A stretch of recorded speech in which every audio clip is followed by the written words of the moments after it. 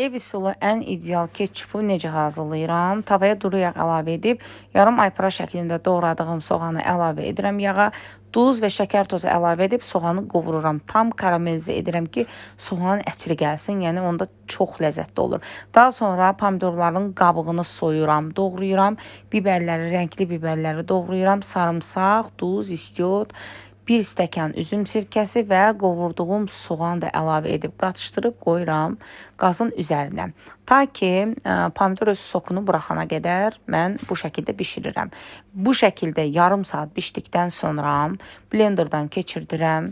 Blenderdan keçirdikdən sonra süzürəm süzgəcdən. Süzgəcdən ona görə süzürəm ki, pomidorun tumları hamısı yəni üzə çıxacaq və daha sonra ketçupum hazırdır. Bir 20 dəqiqədə qaynadıb kıvamına baxında gördünüz sizə necə uyğundur. Məsəl üçün mənə bu belədir, bu duruluq uyğun olduğu üçün mən bu şəkildə də götürdüm.